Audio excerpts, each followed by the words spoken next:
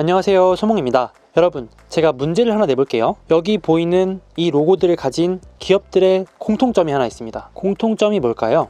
애플, 코카콜라, 미국의 대표 카드사 중에 하나인 아메리칸 익스프레스, 대표 항공사 중에 하나인 델타항공, 미국 대표 은행 중 하나인 뱅크 오브 아메리카, 그리고 제가 영상에서 소개했던 미국 대표적인 신용평가 기관 무디스. 공통점 찾으셨나요? 네, 눈치채셨겠지만 워렌 버핏 할아버지가 가지고 있는 버크셔 해서웨이가 대표 주주로 위치해 있는 회사들이에요. 아니, 워렌 버핏 할아버지가 돈이 많고 한 건 알았는데 이렇게 많은 기업들의 대주주라고? 그래서 제가 직접 다 찾아왔습니다.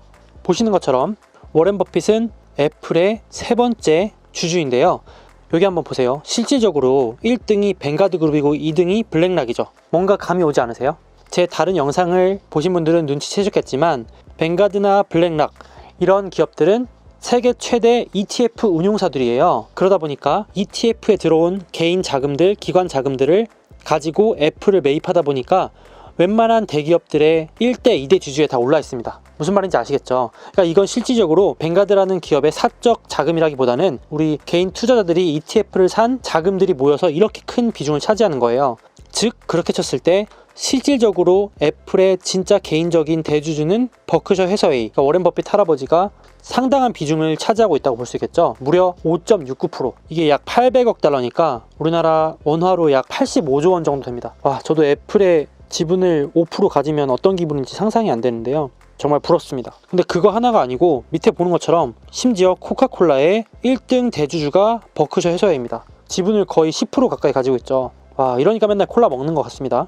저 같아도 콜라 맨날 먹을 것 같아요. 이러면 똑같이 뱅가드랑 블랙락은 자산 운용사, ETF 운용사이기 때문에 그런 자금들 때문에 순위에 올라있을 확률이 매우 높다. 그리고 마스터카드처럼 대표적인 신용카드 업체인 아멕스 역시 버크셔 해서웨이가 무려 18%, 19% 지분율을 가지고 있습니다. 아, 진짜 크죠. 지분이 압도적인 대주주 자리에 올라있는 걸 볼 수 있습니다.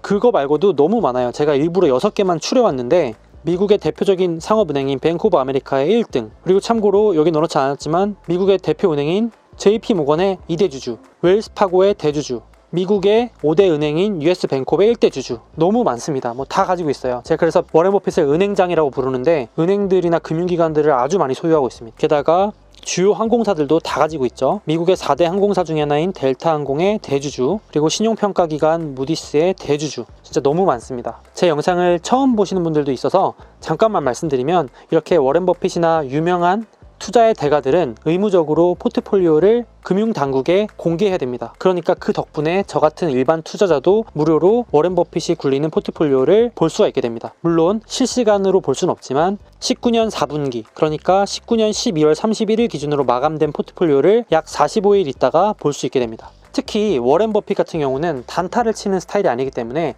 45일 지났다고 해서 갑자기 포트폴리오가 엄청 바뀌어 있진 않겠죠. 그렇기 때문에 참고할 만한 가치가 있습니다. 만약에 단타 치는 헤지펀드라면 포트폴리오 참고하는 큰 의미가 없겠죠. 어차피 공개하자마자 또 바꾸고 바꿨을 테니까. 근데 이런 레이 달리오나 워렌 버핏 같은 투자의 대가들은 상대적으로 초단기 투자를 하는 편이 아니라 그래도 최소 3개월 이상, 6개월 이상 가져가는 편이기 때문에 변화를 참고하는데 매우 유용한 자료로 생각됩니다. 한번 같이 보실게요. 자, 참고로 워렌 버핏 포트폴리오는 50개로 구성이 되는데 그 중에서 주요 포트폴리오 15개를 가져왔어요. 왜냐면 그 밑에 것들은 비중이 너무 작아서 크게 의미가 없어요. 왜냐면 15등 밑에 것들은 비중이 너무 작아서 크게 유의미한 참고 자료를 삼기는 좀 어려워요. 물론 뒤에 좀 볼 겁니다. 한번 같이 보시면 워렌 버핏의 포트폴리오의 무려 30%가 애플입니다. 와, 이제는 워렌 버핏의 3분의 1이 애플이 된 거네요. 근데 이거 오해하시면 안 되는 게 이전에 비해서 비중이 늘어난 게 주가가 많이 올라서 그런 겁니다. 왜냐면 실질적으로는 주식수를 1% 매도했어요. 그러니까 분할 매도를 하고 있나 봐요. 좀 줄였나 봐요. 차익 실현을 한 것 같습니다.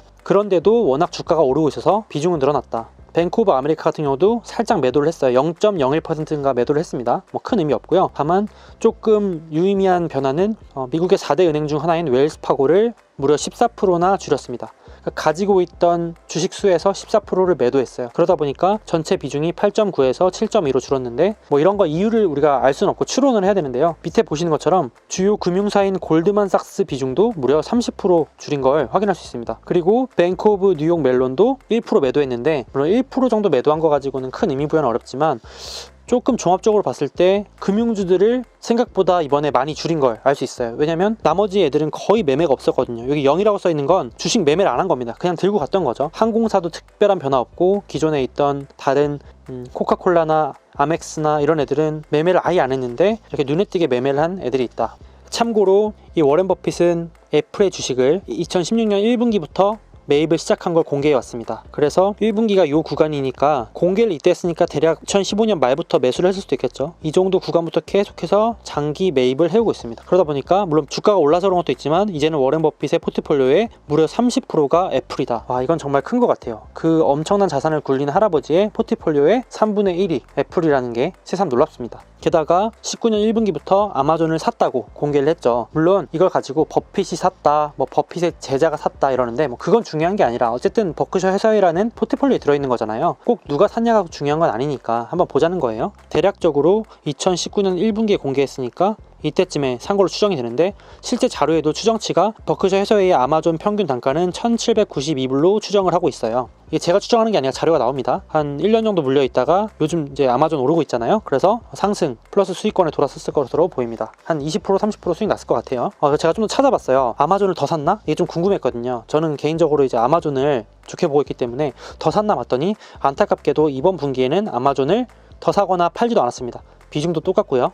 변화가 없어요. 전체 포트폴리오에서 아마존이 차지하는 비중이 0.4%밖에 안 되니까 되게 미미합니다. 포트폴리오 50개 중에 랭킹도 25위고요. 그리고 정말 이 할아버지가 3개월 동안 매매를 거의 안 했다는 증거가 신규 매수한 게 4개밖에 안 됩니다. 그리고 추가 매수한 것도 4개밖에 안 되고 완전히 매도한 건 또 없고 분할 매도 조금 비중 줄인 거 이런 것들이 8개 정도밖에 없고 이 아저씨가 주요 종목들을 평균적으로 보유하는 기간이 32개 분기, 기간이 엄청 긴 걸 알 수 있죠. 물론 짧게 회전하는 종목들도 있지만 이렇게 대부분은 그래도 길게 가져가는 편으로 보입니다. 그 중에서 신규로 매수한 종목들이 있는데 혹시나 해서 한번 살펴봤어요. 그래도 워렌 버핏 할아버지니까 한번 살펴봐야죠. 참고로 KR이라는 티커를 가진 크로거는 얼마 사진 않았습니다. 고작 비중 0.2%고 랭크는 35위. 근데 크로거는 미국의 월마트에 이어서 한 2위 정도 규모 되는 대형 할인마트예요. 이게 2019년 기사인데 미국의 월마트뿐만 아니라 이런 크로거 같은 오프라인 매장들도 전부 다 협업해서 디지털화하고 있습니다. 여기도 보시면 아마존의 무인 매장에 대응해서 아마존의 경쟁자인 마이크로소프트와 협업해서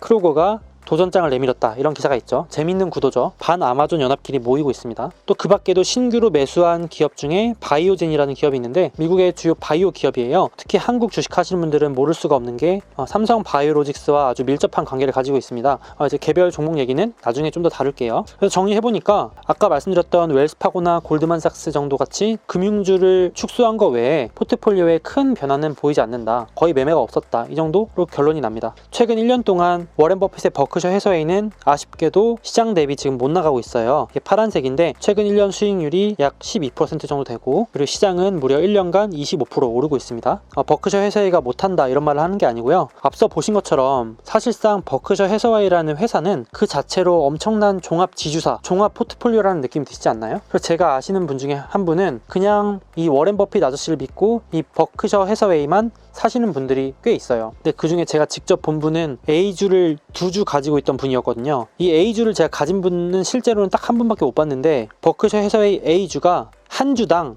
4억 원입니다. 약 4억 원. 여기 보이시죠? 34만 달러예요. 한 주를 사려면. 진짜 그래서 버크셔 해서웨이 A주 들고 있다 그러면 그냥 자산 인증이 되는 거예요. 이거 들고 있는 분을 직접 딱 한 번 만난 적이 있는데 정말 부러웠습니다. 그리고 매매를 더 활발하기 위해서 만든 B주, 그래서 우리가 흔히들 거래하는 이 주식이 B주죠. 버크셔 해서웨이 B주는 다행히도 약 30만 원이면 매매가 가능합니다. 그래서 한번 보시면 A주는 거의 매매가 없어요. 사신 분들도 팔 생각도 없고 그냥 들고 가는 거예요. 묻어놓고 가는 거예요. 마치 부동산 투자하듯이 그냥 사놓고 그냥 자식 물려주고 하시는가 봐요. 다만 이제 B주는 매매가 활발하다. 자, 그래서 오늘은 2020년 2월 14일 따끈따끈하게 공개된 워렌 버핏 할아버지의 최근 포트폴리오를 한번 살펴봤습니다. 당연히 실시간으로 공개되는 게 아니기 때문에 그대로 따라 하실 분은 없겠죠. 설마 이걸 그대로 따라 하시는 분이 있겠습니까? 그냥 공부 차원에서 한번 재미삼아 보자는 거였습니다. 참고해 주시고 다음 영상에서 뵐게요. 안녕.